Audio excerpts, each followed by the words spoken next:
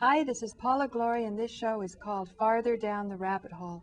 The reason it's called Farther Down the Rabbit Hole is we like to question any topic and go farther than most normal convention feels comfortable going.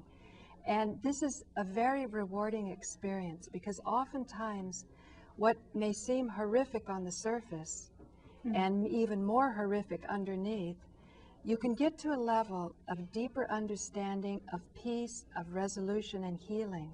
So I'm very attracted to those brave souls who have faith in their divinity and the divinity in the other and in the society at large, to be able to, in the face of a lot of criticism, because most people don't want to be visited by that which is uncomfortable.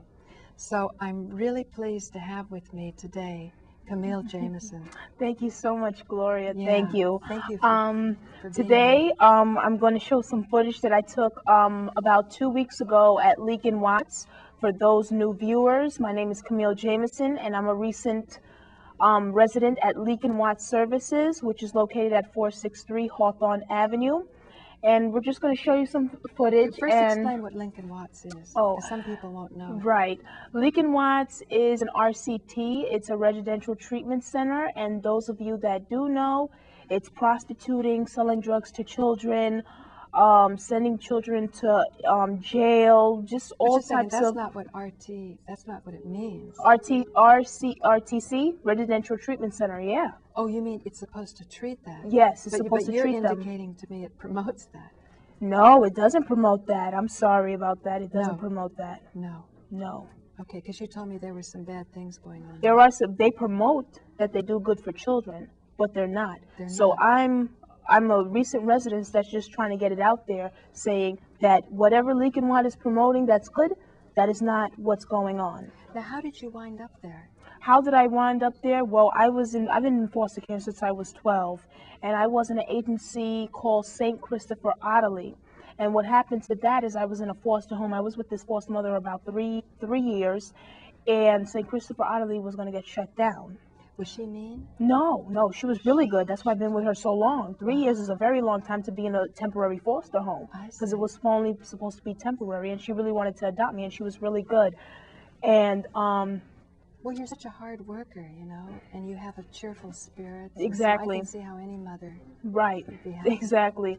And what happened was St. Christopher Ottilie was going to get shut down, so they had to remove me from her house because it was St. Christopher Ottilie that was paying her for me to stay there. So that whole agency had to move children out. Do you know anything about that agency, Dean? The voice of God in the control room?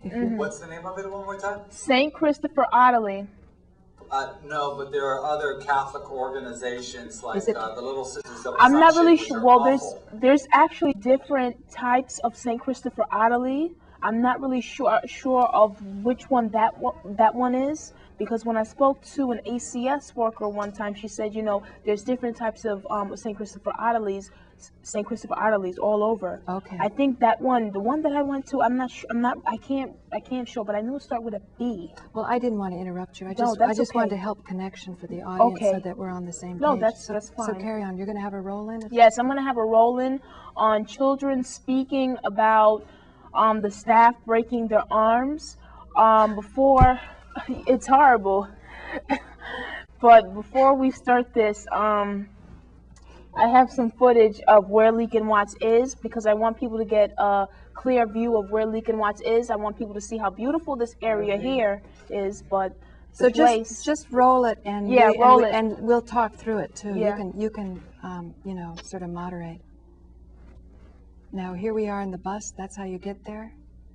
Yeah, that's how. Broadway that's how. West, Yeah. 225th. Yeah, that's two, and that's where one of the. And now we are 2 blocks away from Leake and Watts campus, and I'm not going to take a picture of the address, but right here is where one of the Leake and Watts staff lives, SRU. I think his last name is Cabrero. I'm sure that the last name is Cabrero. One of the SRU staff lives right here in this building, but we will not take the address for safety for the other residents inside that apartment.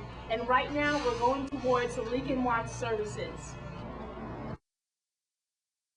towards administration, right there is administration, and those are all the cottages right there. And yes, ma'am, yes, ladies and gentlemen, Leake and Watts is a beautiful place, but we shouldn't judge the way this place looks.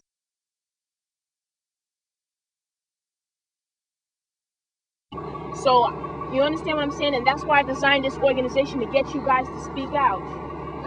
Because because big. Yes, it's very big. And let me tell you something, these people make it seem like you guys are crazy, and you guys are not crazy at all. And it's about time that you guys come out and speak about your issues. I've been trying to warn them new admissions. Because you know why ACS don't look at you serious? Because these people make it seem like you're crazy. Yeah. And that's why I formed this organization, like not for me, for you. And you guys need to say that right now.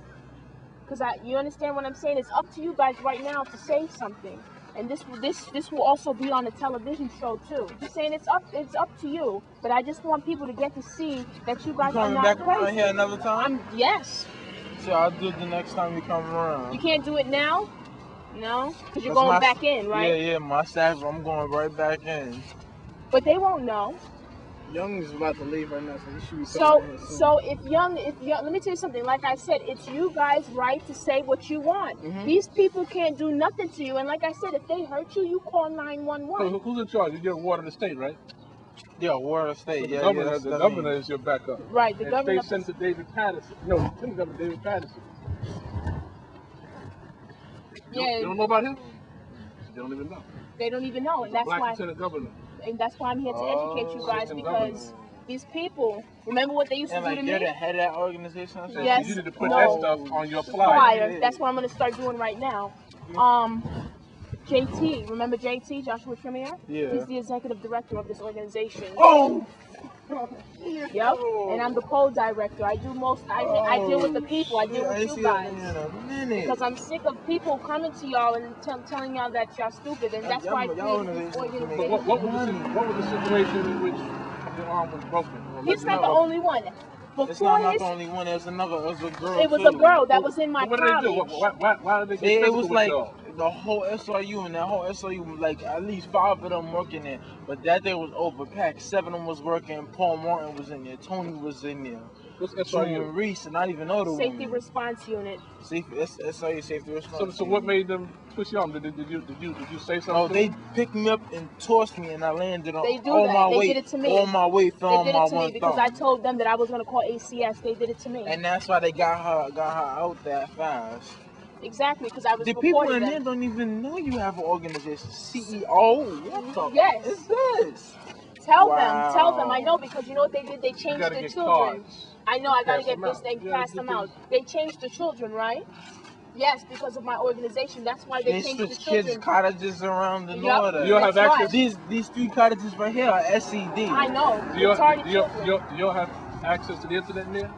Yeah. They have access, but they block everything. They block everything. There's more. We could not get the face of the children is because they still live at Leake and Watts, and I did not want anything to happen to the children, so we just used their voices. So there's only blackness, but you can hear the children speaking, saying, you know, I shouldn't be doing this, but, you know, if I go back, you know. Okay, we'll edit that later. Okay. But, Dean, do you have any comments on this? We're trying to get Webster up. Oh, is Webster on? Hello, Paula. Hi, Webster. Hey. How are you? I just want to introduce you to Kamille Jameison. She is a whistleblower that is trying to call people's attention to the atrocities that are going on in foster care. Hello, very glad to know you. Hi. So Webster, what do you think that New York can do? Because in our previous show, you said that the reason that you got on Hannity and Holmes had to do with a lot of efforts of the 9/11 Truth Squads around the country, and in particular, Austin, Texas. What do you see as Manhattan's strong points or New York's strong points, and what more would you like ambitious people like the young lady I'm with to be aware of to make it a better world? Well, I recommend naturally that everybody join the 9/11 Truth Movement, because whatever your particular issue may be, whatever form of economic or social justice you are pursuing, you will always hit a brick wall, and the brick wall is the global war on terror. We just had, when Bush presented his budget back in January, February, his budget director was asked, hey, Bush, how come you guys are cutting education, welfare, social expenditures, whatever we have in the way of a safety net in this country? And he said, yeah, we have to do that. We're fighting the global war on terror. So the global war on terror is basically the pretext for every other crime. And you'll never make headway on any other issue unless you get this 9/11 myth, Al-Qaeda, Bin Laden, KSM, the cave, the laptop, Hezbollah, Ahmadinejad, Iran, all this complete complex of idiotic, fantastic myth off the screen. There's this cartoon program on television, The Family Guy. Have people seen it?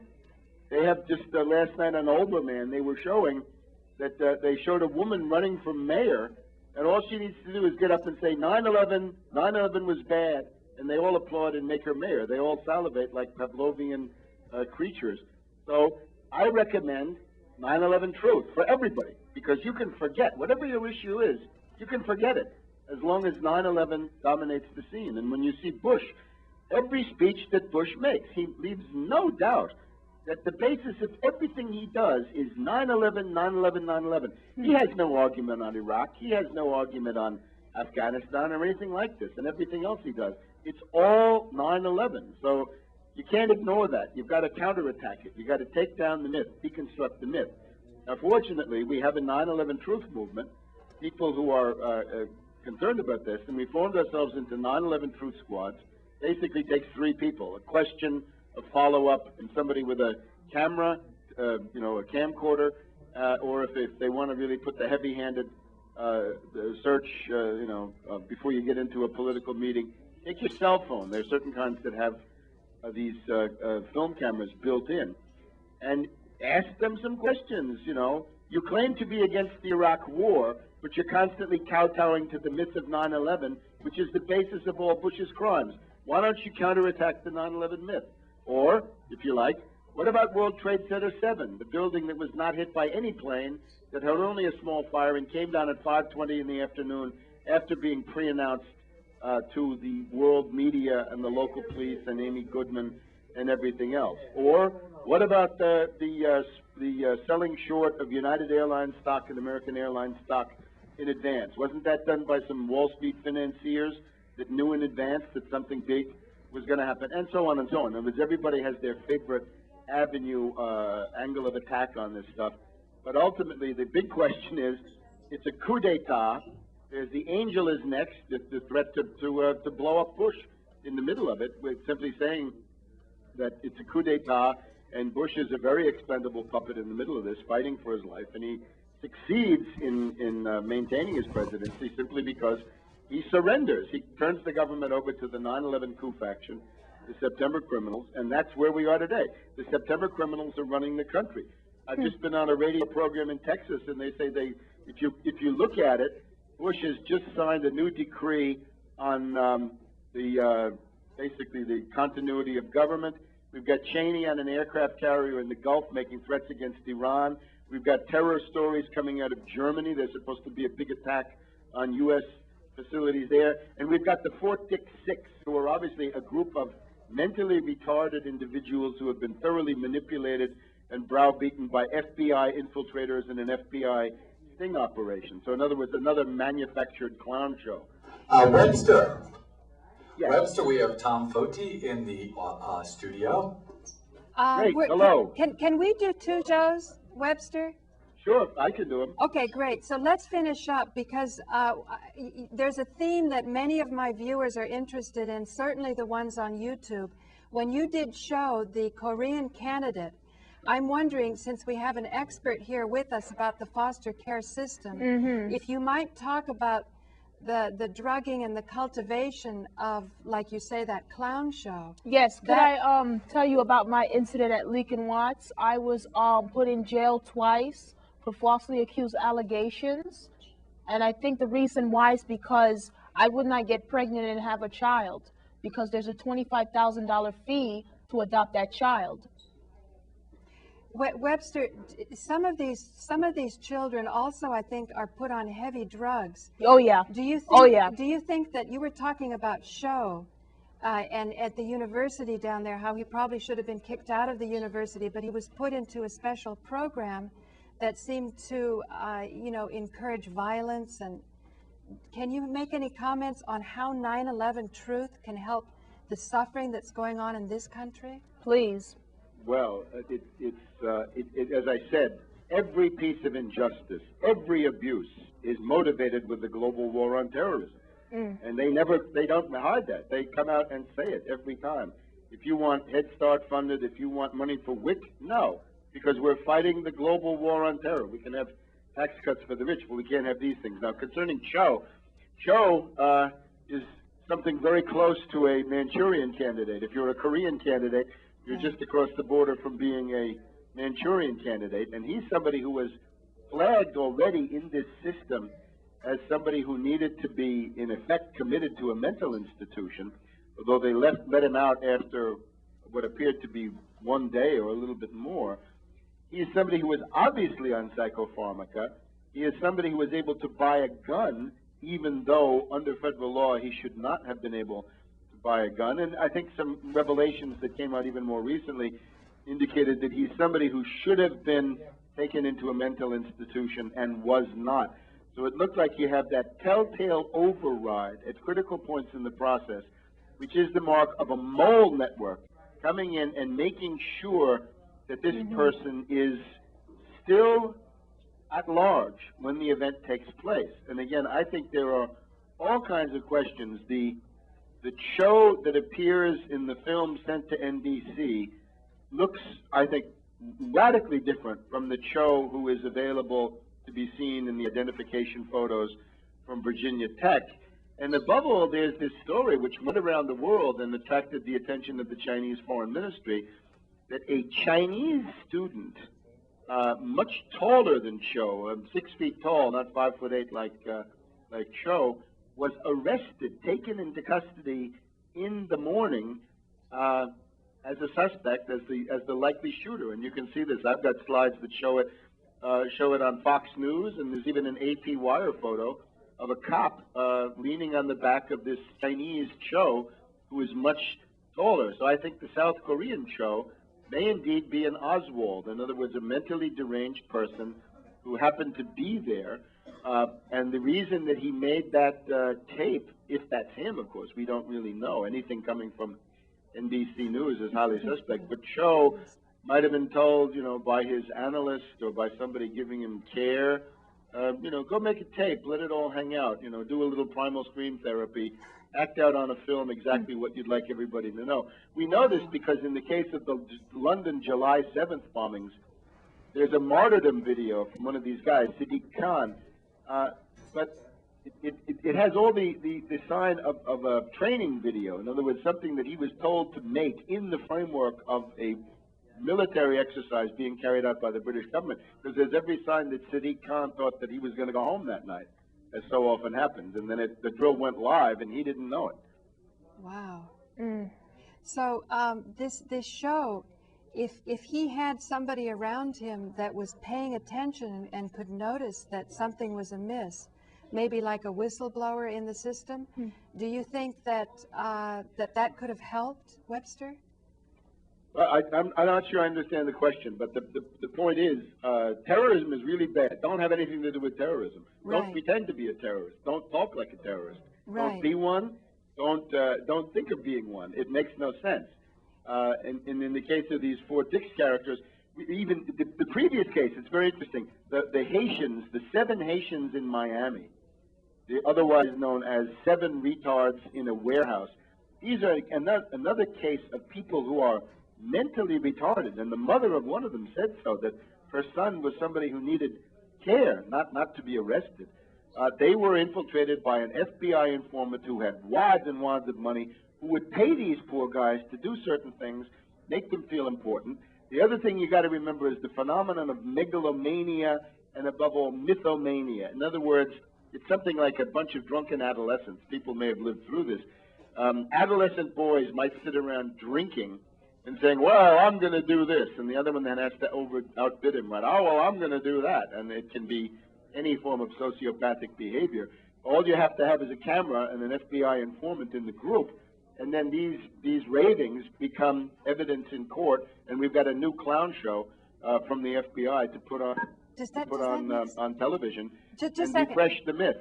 Does that make sense to you, Kamille? A little bit makes. Could you see friends like or people you've met that could be used? Oh yeah.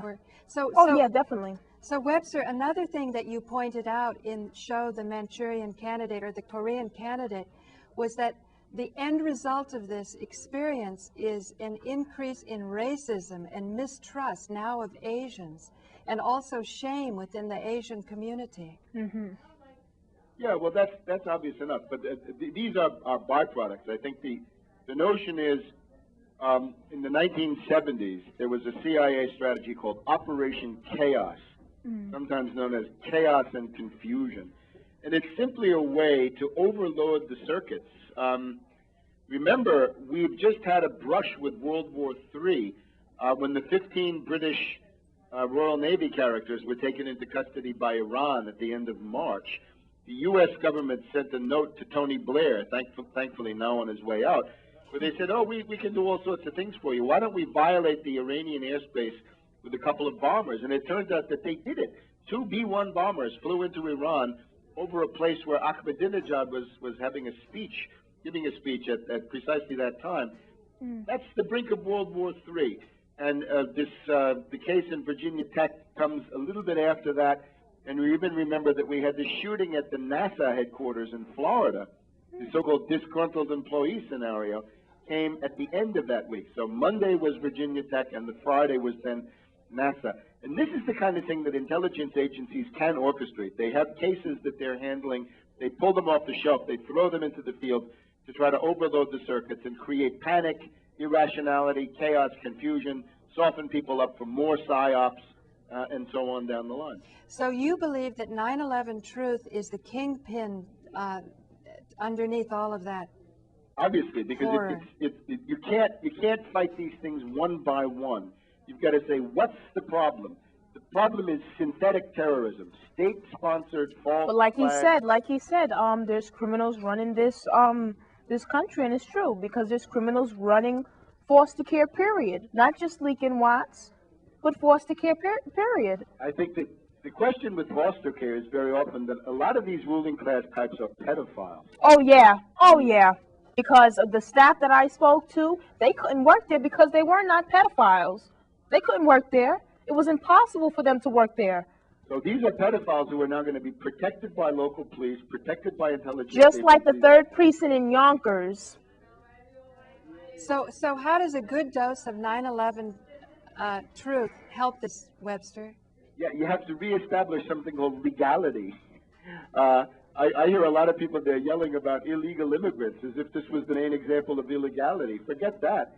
Exactly. We have a whole illegal country. We have an illegal presidency. We have stolen elections. Right. We have presidents assassinated. We have 9/11. We have terrorism, state-sponsored terrorism. We have the Gulf of Tonkin. Everything is illegal. So where do you start? Well, what's the network that spawns the illegality? It's the rogue network. It's the financier-backed Wall Street, City of London, CIA, DIA, NSA, Department of Defense, old boys, private military firms, continuity of government. That thing that infests the institutions and runs a lot of them a lot of the time. Not all institutions all the time, otherwise I guess most of us wouldn't be here, but enough of the time so that they often get what they want. To somehow hit that thing in the head and uproot it. In other words, to go back to some form of legal government. So what you're saying, Webster, is it takes a lot of money to do that much mischief with 9/11. How did those buildings come down?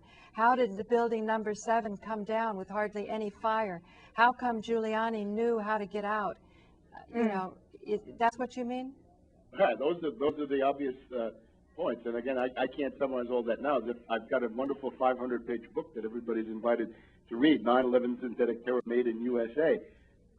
The point, though, is we're obviously approaching a point. The Bush regime may be on the verge of collapse. The general word here in Washington is August, September, October. Bush may lose his Republican majority in the House and the Senate, because a lot of these Republicans, although they are warmongers, they're also cowards and opportunists, and they want to opt out. Yesterday, 171 members of the House, 169 Democrats, including Pelosi of all people, and 2 Republicans voted to end the war, start pulling out in 90 days, finish it all up within 6 months. 171 Democrats. Now, you had a group of 10 or 15 so-called moderate Republicans, liberal Republicans. These are people I hold in great contempt. But they went down to Bush and they said, hey, Bush, you're hurting the Republican Party. Not that everybody's getting killed and the country's in danger, but you're hurting the Republican Party. You've got to somehow soften this up. And there's essentially what's emerging is a consensus where the benchmarks, so-called, are going to be political cover for the Republicans, political cover for the Democrats, keep the war going 3 or 4 more months. But when the summer begins to wane, and when it's clear that the surge, the escalation, has been a failure, and it may be a catastrophic, spectacular failure, we may get this encirclement scenario, right? Remember, Dunkirk if you're lucky, Stalingrad if you're not so lucky. That could begin to emerge sometime this summer. At that point, a lot of the Republicans are going to dump Bush in the way that they dumped Nixon when it was impossible to stick with Nixon. So there's now a great pressure on Bush Cheney, meaning their backers, their controllers, right, the September criminals, to somehow create an incident that would refresh the 9/11 myth. So, Webster, in our last minute, you're giving me hope that if there is this regime change, that along with this introspection that people will be doing to say, how did we come to all of this, that it has to end in such disaster, that so many other institutions, clear on down to the young girl that's being pressured to get pregnant so someone can sell her child, can be changed. Is that correct, Webster? The only hope for social justice, and that's what we're talking about there, is to change the nature of the system. 9/11 pervades every aspect of life. It's the basis of the social order, it's the basis of property relations, it's the basis of the government, the political parties, intellectual life. There's this constant harping on the global war on terrorism, Al-Qaeda, Bin Laden, September 11th, the lessons of September 11th, and that is an all-purpose reactionary, really, I would say, fascist, racist, and militarist myth. Right. And if that's the purpose of this society, we are doomed. So you got to counterattack the myth. And if you don't do it, you spin your wheels. You'll never get anywhere. Well, thank you, Webster Tarpley, for joining us farther down the rabbit hole, and thank you, Kamille Jameison. You're welcome. So stay tuned for more shows. Thanks, Webster.